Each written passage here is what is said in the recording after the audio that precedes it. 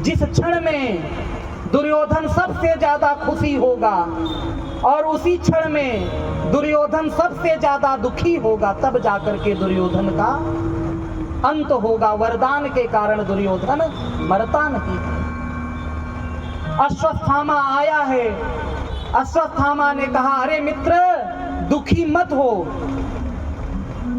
कहता, मित्र क्यों ना दुखी हूं, उन पांडवों में अगर एक भी मर गया होता तो आज मेरे मन को संतोष होता। मेरे 100 भाई मारे गए हैं और मैं अकेला बचा हूं, मेरे मन को शांति नहीं होती। अगर एक अर्जुन भी मर जाए, भीम मर जाए, कोई एक मर जाए तो मेरे मन में संतुष्टि हो जाएगी।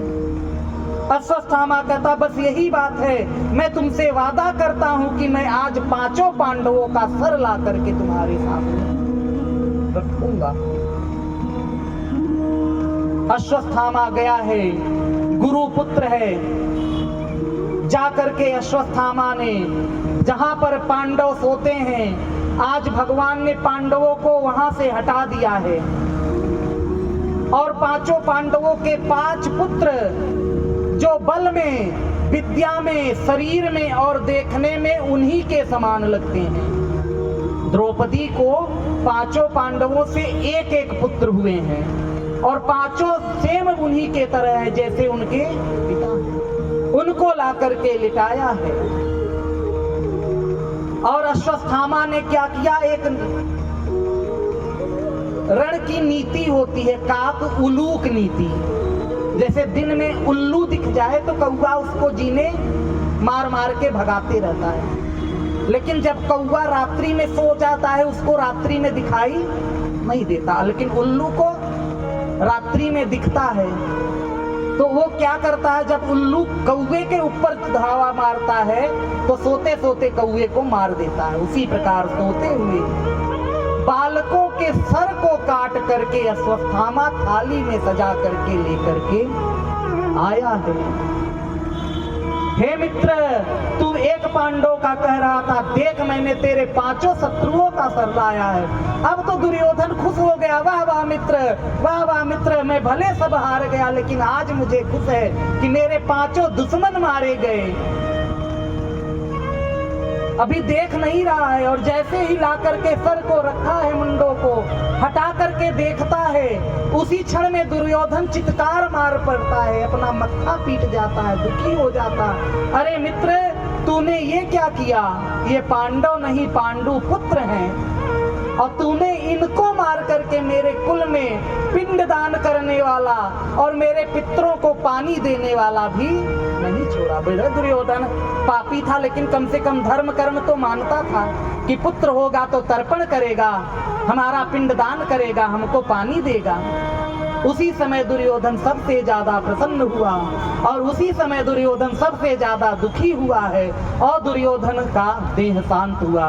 बोले भक्तवत्सल भगवान की। इधर जैसे ही द्रौपदी को पता चला है, द्रौपदी चित्कार मार के रो उठी है, मेरे पुत्रों ने क्या किया था, क्या किसका बिगाड़ा था जो सोते हुए मेरे बच्चों को मार दिया। ऐसा कौन सा पापी था जिसने मेरे अबोध बालकों को मारा है। द्रौपदी मैया रो उठी हैं। भगवान आ गए हैं, 5 पांडव आ गए हैं। अर्जुन ने अपनी प्रत्यंचा उठा करके प्रतिज्ञा कर ली कि जब तक मैं उस पापी को मारूंगा नहीं तब तक मैं द्रौपदी के सामने आऊंगा नहीं।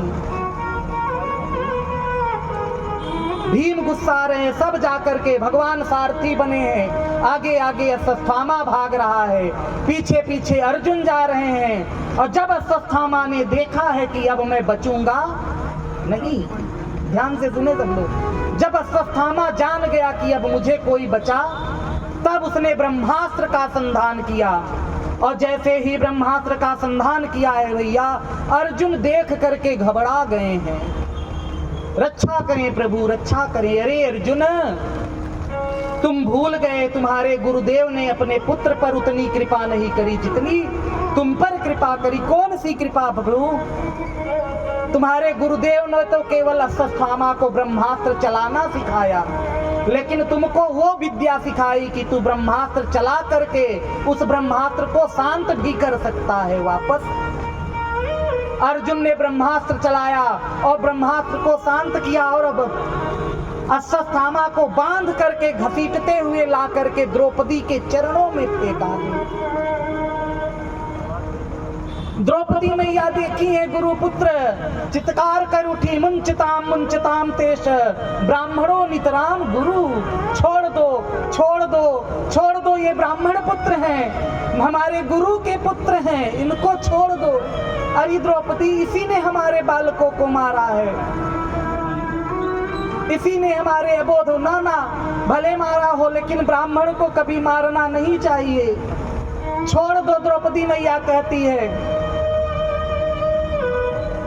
अश्वत्थामा चरण में पड़ा हुआ है। भैया धन्य है भारत की नारी, इतना और किसी देश की नारी में ममता नहीं होगा जिसका पुत्र मरा हो, लेकिन वो धर्म की रक्षा कर रही है कि गुरु का पुत्र है, ब्राह्मण का पुत्र है, मेरा पुत्र मर गया, बर्दाश्त है मुझे, लेकिन मेरे धर्म का नाश नहीं होना चाहिए। मुंचताम तेश ब्राह्मणों नितराम गुरु। मैया ने कहा, द्रौपदी मैया ने, छोड़ दो छोड़ दो। भीम दादा कहते हैं कि अगर तू छोड़ेगा तो मैं मार दूंगा। भीम कहते हैं अर्जुन अगर तू छोड़ेगा तो मैं मार दूंगा। युधिष्ठिर कहते हैं छोड़ दो, लेकिन नकुल सहदेव खड़े हैं द्वार पे कि अगर भीम से भी बचा तो मैं इसे जिंदा नहीं छोड़ूंगा। बोल भक्तवत्सल भगवान की जय। तभी क्या हुआ भैया, भगवान की तरफ अर्जुन ने ध्यान किया, हे प्रभु इस दुविधा से मुझे निकालो। भगवान ने कहा, अरे अर्जुन, जिसने गीता सुना है, मैंने तुझे सारी गीता का ज्ञान दे दिया, फिर भी तू मेरी तरफ देख रहा है। तो बोले प्रभु कोई मार्ग बताएं। तो भगवान कहते हैं, ब्रह्म बंधु न हंतव्यम आताताइव धाम्यहम्। ब्राह्मण को कभी मारना नहीं चाहिए। भाई आजकल बाबा साहब का संविधान भले चल रहा, उसमें चाहे जो हो जाए, लेकिन अगर वो ब्राह्मण शरीरधारी है तो वो अवध्य है, उसको कभी मारना शास्त्र आज्ञा है। और फिर भगवान कहते आताताइव धाम्यहम्, और आताताई को छोड़ना नहीं चाहिए। अब अर्जुन मत्था पटके कई दुविधा तक कि मारे कि न मारे, और ये दोनों फंसा दिए। ये ब्राह्मण भी है और आताताई भी है, जो सोते हुए को मार दे उसको आताताई कहते हैं। अब अर्जुन मत्था पीटे, तब भगवान, अरे भगवान आपने तो बड़ी दुविधा डाली। लेकिन भगवान ने कहा, हे अर्जुन, किसी सम्मानित व्यक्ति का समाज में अगर अपमान कर दिया जाए तो वो भी उसको मृत्यु के बराबर होता है। सब ने मिलकर के आज अश्वत्थामा का मुंडन कर दिया, उसको बाल पूरे उसके हटा दिए हैं, उसके मत्थे पे जो मणि थी उस मणि को निकाल दिया है, और उसका मुख कालिक करके गधे पर बैठा करके अश्वत्थामा को वहां से पूरी सभा के बीच में छोड़ा है। अश्वत्थामा चला जा रहा है, लेकिन अश्वत्थामा के मन में अब और प्रतिशोध आया कि मैंने इनके पुत्रों को मारा, लेकिन अभी एक ज्योति इसके घर में आने वाली है, वो है अभिमन्यु की पत्नी उत्तरा के गर्भ में पल रहे परीक्षित को। अभिमन्यु की जो पत्नी उत्तरा है, उनके गर्भ में परीक्षित हैं और 3 महीने के हैं।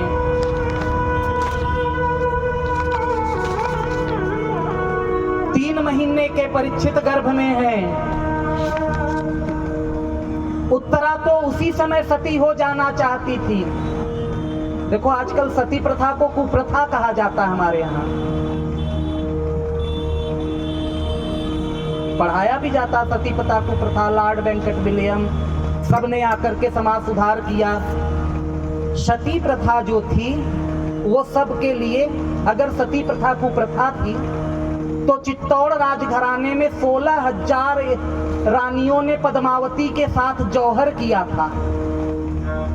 जब दिल्ली का वो कौन सा राजा था, खिलजी था या कोई था ना, वो पद्मावती को जब लेने चला तो वो राजरानियां क्या करती थी, एक तरफ थाली सजा करके रखती थी और दूसरी तरफ 16 श्रृंगार करके जो शादी के समय सोहगैला जिसमें सिंदूर भर के दिया जाता था उसको रखती थी।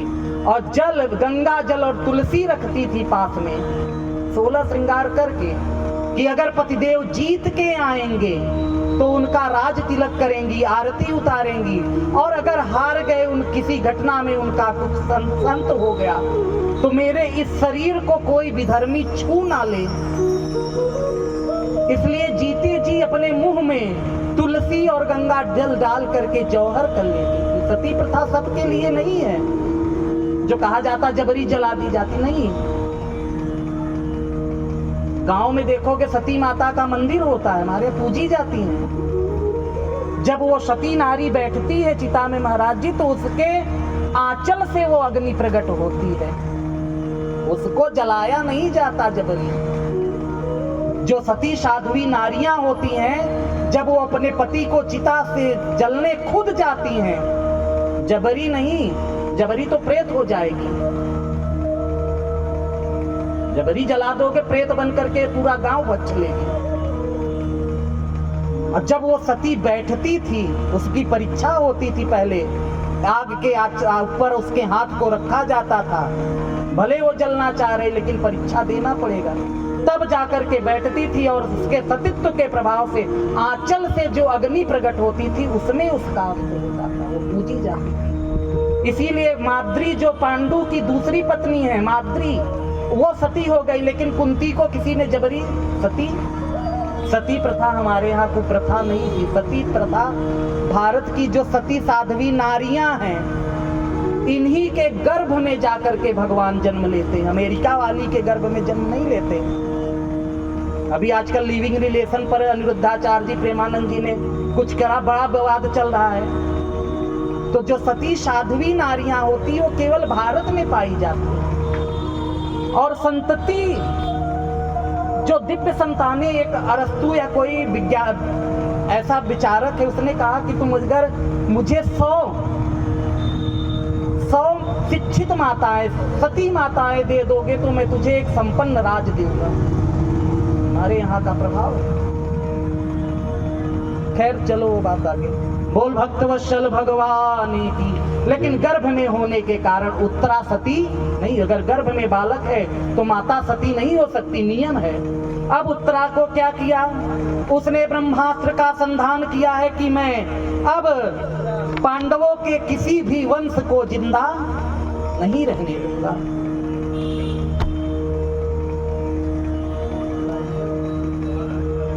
उत्तरा मैया दौड़ी दौड़ी आई हैं, और दौड़ी दौड़ी उत्तरा जो है जाती हैं। देखो शरणागति दो ने ली महाभारत में। एक शरणागति द्रौपदी ने ली है। द्रौपदी की जो शरणागति है, जब चीरहरण हो रहा है उसका, तो वह कहती है क्या पांडवों ने रोका नहीं? नहीं, जबरदस्ती जब लाई गई द्रौपदी, तो पहले द्रौपदी भीष्म पितामह के पास गई है, फिर धृतराष्ट्र के पास गई, फिर द्रोणाचार्य, कृपाचार्य और अपने पतियों के पास गई है द्रौपदी। और फिर भी जब द्रौपदी में सब कुछ नहीं रहा, तो द्रौपदी ने अपने बल का आश्रय लेकर अपनी साड़ी को मुख से दबा लिया है। अब द्रौपदी अपने बल का सहारा लेती है, और जब सब कुछ से हारी है द्रौपदी, तब जाकर के द्रौपदी ने भगवान का आश्रय लिया है। हे गोविंद राखो शरण, तब जाकर के द्रौपदी मैया ने भगवान का आश्रय लिया है। और द्रौपदी मैया ने जब भगवान का आश्रय लिया, जब द्रौपदी मैया ने भगवान का आश्रय लिया, चित्कार करी, देखो शरणागति द्रौपदी की बट बट के आ रही है और भगवान को पुकारती है। लाज रखो,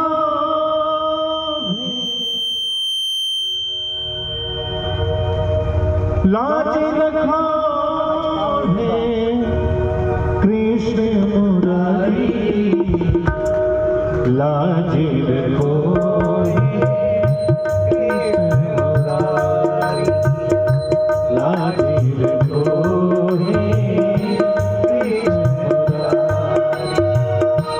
मैं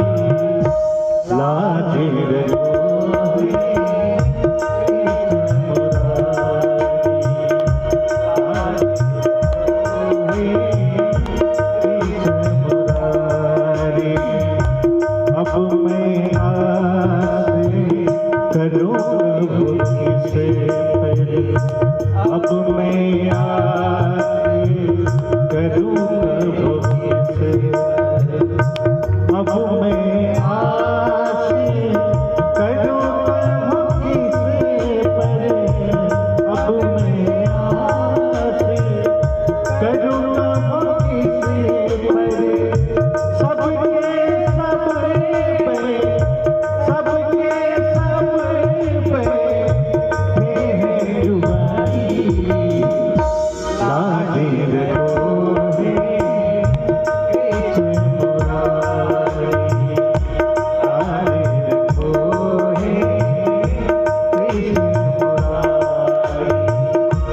है कृष्ण मुरारी, मैं बनवारी एक गिरधारी, तुझे बिहारी, लाजे रखो है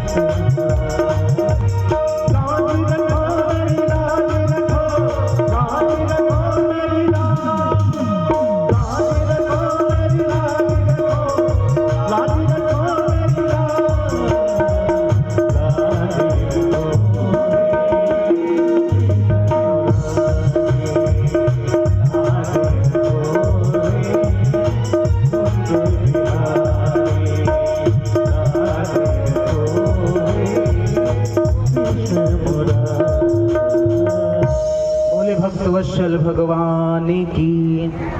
अब भैया जैसे ही भगवान का आश्रय लिया है तो क्या हुआ, सारी बीच नारी है कि नारी बीच साड़ी है, सारी ही की नारी है कि नारी ही की साड़ी है। पता नहीं चल रहा है कि साड़ी के बीच में नारी आ गई है कि नारी के बीच में साड़ी आ गई। लेकिन उत्तरा की जो शरणागति है वो अलग है, जो परीक्षित की माता है उसकी शरणागति अलग है। द्रौपदी की शरणागति क्रमवाइज जाती है, धीरे धीरे सबके पास जाते जाते आई है।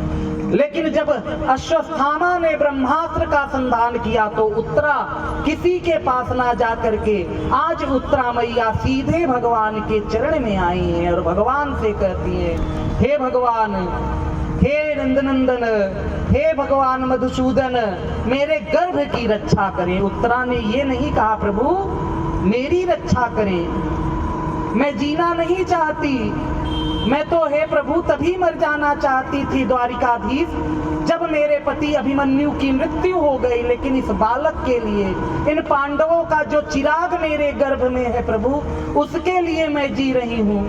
मैं बचूं या ना बचूं इसको छोड़ करके केवल मेरे गर्भ की रक्षा करें। और जब मैया ने ऐसा उत्तरा माता ने कहा है, भगवान ने अंगुष्ठ का रूप धारण किया है और अंगूठे के रूप बराबर रूप बना करके भगवान ने उत्तरा के गर्भ में प्रवेश किया है। इसीलिए भगवान का एक नाम उत्तरायण है, एक नाम भगवान का उत्तरायण है। भीष्म पितामह उत्तरायण की प्रतीक्षा कर रहे थे। कौन से उत्तरायण की? जो गर्भ उत्तरा के गर्भ से होकर के आए हैं वो उत्तरायण है। और धन्य है भगवान, जाकर के उत्तरा के गर्भ में परीक्षित कांप रहा है, गर्भस्थ शिशु ब्रह्म तेज से कांप रहा है और भगवान ने अंगुष्ठ रूप धारण करके अपने कौमुदी गदा को ऐसा घुमाया है कि उसने ब्रह्मास्त्र के प्रभाव का हरण कर लिया, ब्रह्मास्त्र के प्रभाव का हरण किया। भैया आगे चल करके उत्तरा ऐसी माता है जिसके गर्भ में एक साथ में भगवान और भक्त दोनों पल रहे हैं।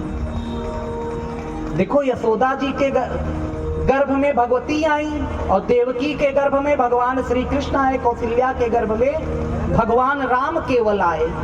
लेकिन उत्तरा ऐसी नारी है जिसके गर्भ में भगवान भी हैं और भगवान का भक्त दोनों एक साथ पल रहे हैं। इसीलिए स्त्रियों की शुद्धता पर बल दिया जाता और कोई बैर हमारा नहीं है। देखो लोहे की साइकिल है ना, ऐसे छोड़े हो, लोहे का पंखा है, कुर्सी है, छोड़ के चले जाते हो, एक सिक्योरिटी गार्ड लगाए होंगे ज्यादा से ज्यादा।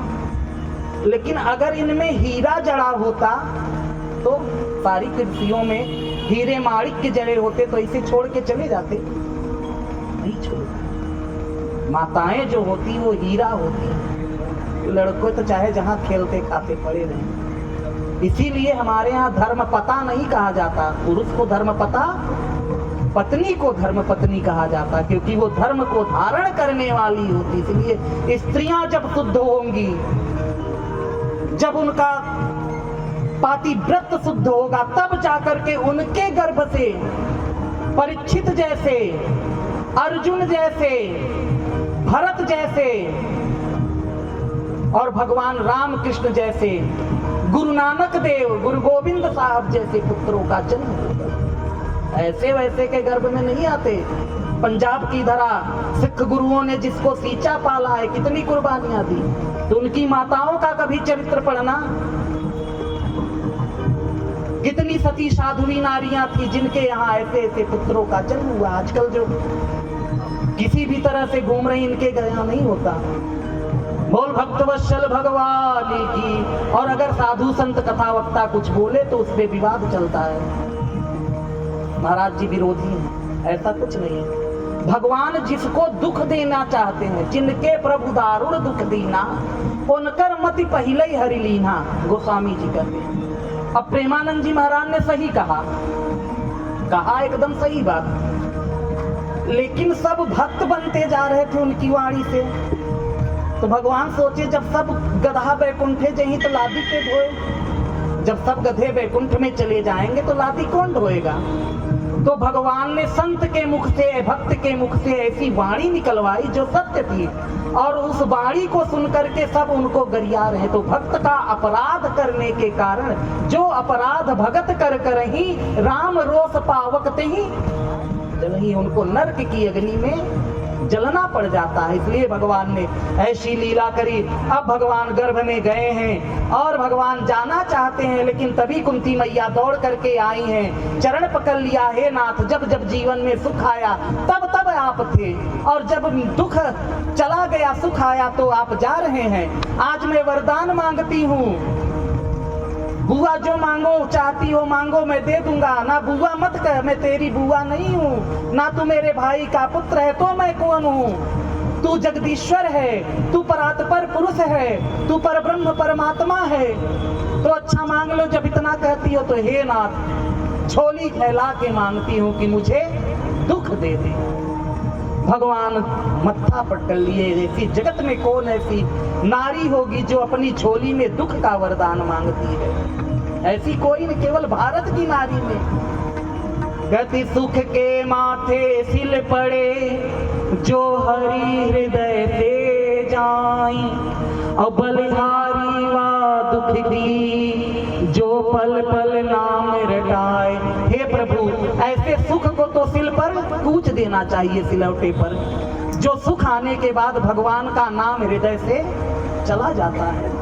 अधन्य है ऐसा दुख मेरे जीवन में रहे, जिससे बार बार मैं आपके नाम का स्मरण करती रहूं। बाद में कुंती मैया ने, भगवान रुके हैं और भगवान अपने धाम द्वारिका को गए हैं। अब परीक्षित का जन्म हुआ है, और परीक्षित का जब जन्म हुआ तो परीक्षित जो है सबको बड़े ध्यान से देखता है, और ध्यान से देख करके उसमें वो भगवान को खोजता कि वो कहाँ है जिसको मैं अपने गर्भ में देखता था।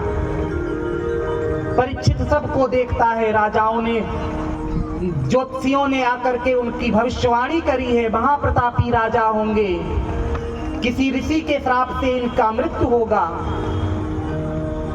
भगवान आए हैं, भगवान को देख करके परीक्षित खुश हुआ है।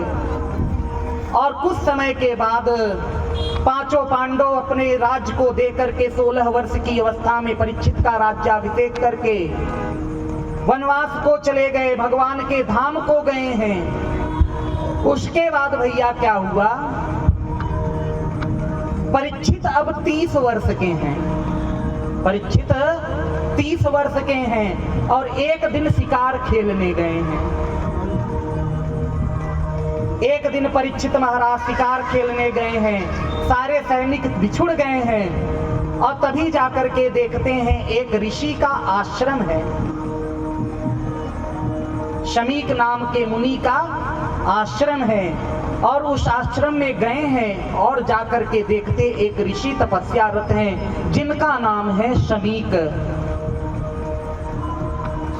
शमीक को देखा है और बार बार बोलते हैं, हे मुनिवर मुझे जल पिलाइए, हे मुनिवर मुझे जल पिलाइए। लेकिन जब शमीक मुनि उठे नहीं हैं तब क्या हुआ भैया, परीक्षित को लगा कि ये कोई ढोंगी बाबा है क्या। देखो राम कथा में एक राजा ने गलती क्या करी कि उसने नकली साधु को असली माना।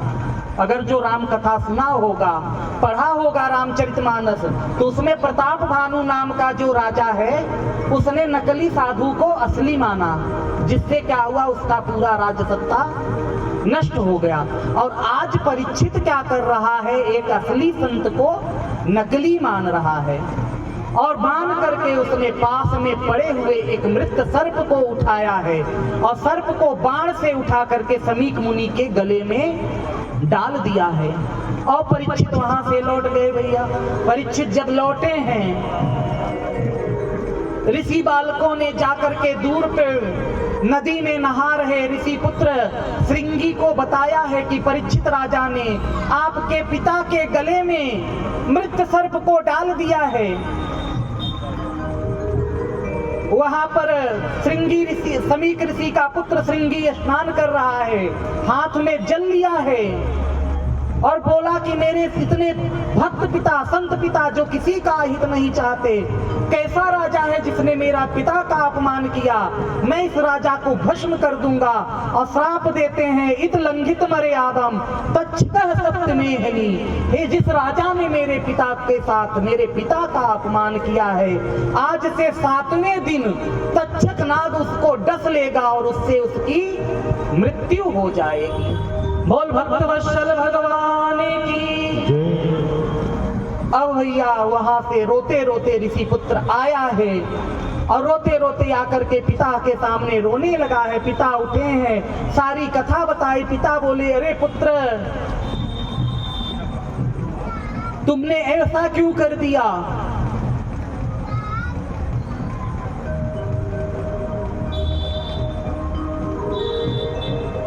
परीक्षित जैसा अब राजा कोई दूसरा होने वाला, जिसके प्रभाव से कलयुग भी कांपता था। गैया के रूप में धरती, बैल के रूप में धर्म खड़ा है, कलयुग मार रहा है। परीक्षित खड़ा हो जाता है, कर डर डर डर कांपने लगता है। उसने पूछा, प्रभु मेरा समय आ गया है, कोई स्थान बता दो मुझे। बोले, नहीं नहीं, मेरे राज्य में कलयुग का कोई काम नहीं प्रभु, ये नियम है, मेरा समय आ गया है, मुझे रहना है, लेकिन आपके प्रभाव से मैं रह नहीं पा रहा। तब राजा ने कहा है, द्यूतम पानम स्त्रियासीनम। हे पुत्र, ऐसे राजा को तुमने श्राप दिया जहां पर जुआ होता हो, जहां पर पहले तो चोरी से जुआ होता था, आजकल हर घर में मोबाइल में खुलेआम। कौशाम्बी में एक लड़के ने, जो ये ड्रीम 11 पे मैच का होता है ना, 4 करोड़ रुपया जीता जुआ में। 1 करोड़ सरकार लेकर के ब्लैक मनी को व्हाइट मनी कर दी। हर घर में जुआ है और जिस घर में खेला जा रहा है वहां कलयुग है। पानम, जिस घर में पान होता हो, सुरापान, वहां पर तुम रहोगे। स्त्रियां, जहां पर वेश्याओं का आगमन होता है, वेश्याएं रहती हैं, वहां तुम्हारा वास होगा। और शूनम, जहां पर काटा जा रहा हो वहां पर। प्रभु उस जगह तो मैं पहले से हूं, कुछ नया दो। तब कहते, अनीति से कमाया गया जो धन स्वर्ण है उस पे भी तुम्हारा। ऐसे राजा परीक्षित पुत्र तुमने उनको श्राप दे दिया।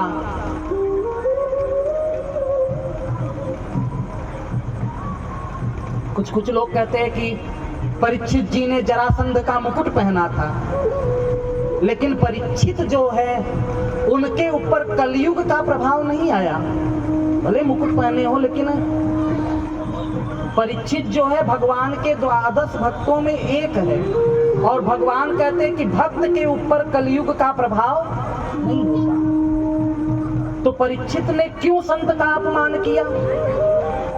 जब परीक्षित भगवान का भक्त है, भगवान की कृपा उसके ऊपर है, तो परीक्षित ने संत का अपमान क्यों किया? प्रश्न उठता है। जब ब्रह्मास्त्र चलता है तो ब्रह्मास्त्र की एक महिमा है कि उसका प्रभाव खत्म नहीं होता। भगवान ने ब्रह्मास्त्र के प्रभाव को तो खत्म कर दिया, एक तरफ से ब्रह्मास्त्र को शांत किया, लेकिन ब्रह्मास्त्र की मर्यादा की रक्षा के लिए भगवान ने परीक्षित के आयु को घटा दिया। उधर परीक्षित की रक्षा भी हो गई और इधर ब्रह्मास्त्र के मर्यादा की रक्षा हो गई। और 30 साल में परीक्षित को मरना है, लेकिन भगवान अपने भक्त का नाम बढ़ाने के लिए कि ये जो मेरा भक्त है, जिसने गर्भ में ही मेरा दर्शन किया है, जाने के बाद इसको सारी दुनिया जाने, उस भक्त के लिए भगवान ने उसको श्राप दिला दिया और अपने भक्त का। अब परीक्षित महाराज जैसे सुने हैं भैया, सब राजपाट अपने पुत्र जन्मेजय को दे करके चले गए हैं, और जा करके परीक्षित महाराज सुकताल के पास में, सहारनपुर के पास में सुकताल है, गंगा जी के किनारे। देखो, जब हमको लगता है कि हम मरने वाले होते हैं तो हम सब कुछ करते हैं, अच्छे से अच्छे डॉक्टर में जाते, ऑक्सीजन में, आईसीयू में पड़े रहते हैं, लेकिन आखिरी समय तक हमारे मन में ये भाव नहीं आता कि अब हो सकता है मैं नहीं बचूंगा, कुछ क्षण अपने मुख से भगवान नाम जप कर लूं। आखिरी समय तक हमारे मन में। लेकिन परीक्षित जैसा राजा अगर वो चाहता तो श्राप को वरदान में बदल सकता था। इतने बड़े बड़े ऋषि मुनि, वशिष्ठ, च्यवन, गादी, पराशर, व्यास, जो चाहे तो श्राप को वरदान में बदल दें, लेकिन परीक्षित किसी से ये नहीं कहता कि मेरी मृत्यु ना हो, केवल कहता है हे प्रभु बस कृपा करिए कि मुझ जैसे पापी का उद्धार कैसे होगा। मैंने एक संत का अपमान किया है, मेरे जैसे पापी का उद्धार कैसे हो। और सब सोच रहे हैं। और तभी क्या हुआ, तत्रा भवत भगवान व्यास पुत्रो, उसी समय भगवान व्यास पुत्र सुखदेव स्वामी आकर के प्रकट हुए हैं। बोले सुखदेव महाराज की जय हो। जैसे सुखदेव स्वामी आ रहे हैं, अब वेद व्यास स्वामी कहते हैं तत्रा भवत भगवान व्यास पुत्रो। जब भगवान परीक्षित को एक ब्राह्मण ने अस्त्र से मारना चाहा, तो भगवान ने अपने भक्त की रक्षा गर्भ में जाकर के करी, और आज ब्राह्मण ने वाणी रूपी अस्त्र चलाया है। आज उसी दूसरे ब्राह्मण ने परीक्षित को मारने के लिए वाणी रूपी अस्त्र चलाया है। तो भगवान तत्रा भवत, भगवान उस समय भगवान ही सुखदेव के रूप में अपने भक्त की रक्षा करने के लिए आ रहे हैं। सुखदेव स्वामी आते हैं, सारे बड़े बड़े ऋषि, उनके दादा गाधी, पराशर, गाधी ऋषि जो हैं उनके परदादा हैं, अपने केसों को खोल दिया और मार्ग को साफ करने लगे।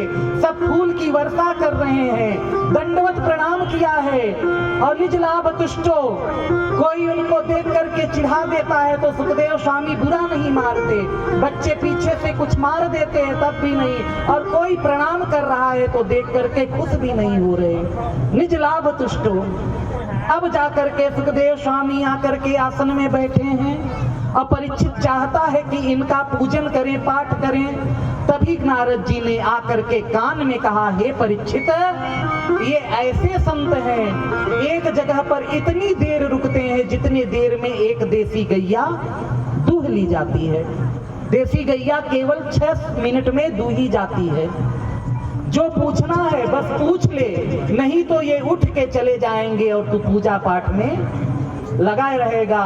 और परीक्षित ने कहा, हे गुरुदेव, कैसे तारोगे गुरुजी, मुझे कैसे तारोगे, मेरा अवगुण भरा शरीर, जो 7 दिन में मरने वाला है उसका उद्धार कैसे हो। परीक्षित ने गुरुदेव से पूछा, हे नाथ, मुझे कैसे तारोगे। कैसे तारोगे गुरुजी, कैसे तारोगे मेरा अवगुण भरा शरीर, गुरुजी कैसे तारोगे।